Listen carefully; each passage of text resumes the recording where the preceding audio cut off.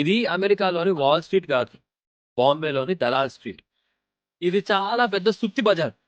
ఇక్కడ ఒక బేరు కింద పడేసినా, బుల్లు పైకి లేపినా, దెబ్బ తగిలినప్పుడు ఎప్పుడైనా కింద పడి తీరాల్సిందే.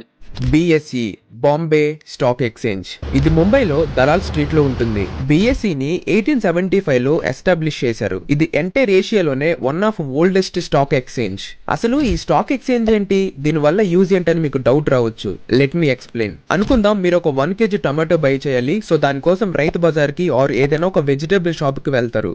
అలాగే మీరు షేర్స్ ని బై చేయాలన్నా సెల్ చేయాలన్నా ఈ స్టాక్ ఎక్స్చేంజ్ లోనే చేయాలి. కంపెనీస్ ఫస్ట్ ఈ స్టాక్ ఎక్స్చేంజ్ కి వచ్చి లిస్ట్ అయితే దెన్ మనం బై అండ్ సెల్ చేయొచ్చు. అయితే ఇప్పుడు మనం ఈ స్టాక్స్ బై చేయాలంటే ముంబై వెళ్లి దలాల్ స్ట్రీట్ కి వెళ్లాల్సిన అవసరం లేదు. అది 90s లో ఆఫ్లైన్ లో అలా జరిగింది. కాలక్రమేణా ఇప్పుడు మనం ఇంట్లోనే ఉంటూ డీమాట్ అకౌంట్ తో షేర్స్ ని బై అండ్ సెల్ చేసుకోవచ్చు. బిఎస్ఈ లో 5,000 కంటే ఎక్కువగా కంపెనీస్ లిస్ట్ అయి ఉన్నవి. అలాగే బిఎస్ఈ కూడా స్టాక్ మార్కెట్ లో లిస్ట్ అయి ఉంది. బిఎస్ఈ కరెంట్ స్టాక్ ప్రైస్ 2,440 రూపాయలు. ఇంకొక షాకింగ్ ఫ్యాక్ట్ ఏంటంటే బిఎస్ఈ స్టాక్ లో కరోనా టైంలో మీరు ₹1,00,000 ఇన్వెస్ట్ చేస్తుంటే దాని వాల్యూ ఇప్పటికి 50 లక్షలు అయ్యేది. బిఎస్ఈ లాస్ట్ 5 years లో ఇన్వెస్టర్స్ ని కోటీశ్వరులను చేసింది. అలాగే మన ఇండియాలో ఇంకొక స్టాక్ ఎక్స్చేంజ్ కూడా ఉంది. అదే NSE national stock exchange. BSE oldest stock exchange అయినప్పటికీ ఎన్ఎస్ఈఎఫ్ ప్రెజెంట్ ఇండియాలో largest stock exchange. BSE market capitalization 1,00,000 కోట్లు. అదే ఎన్ఎస్ఈ మార్కెట్ క్యాపిటలైజేషన్ 5 లక్షల కోట్లు.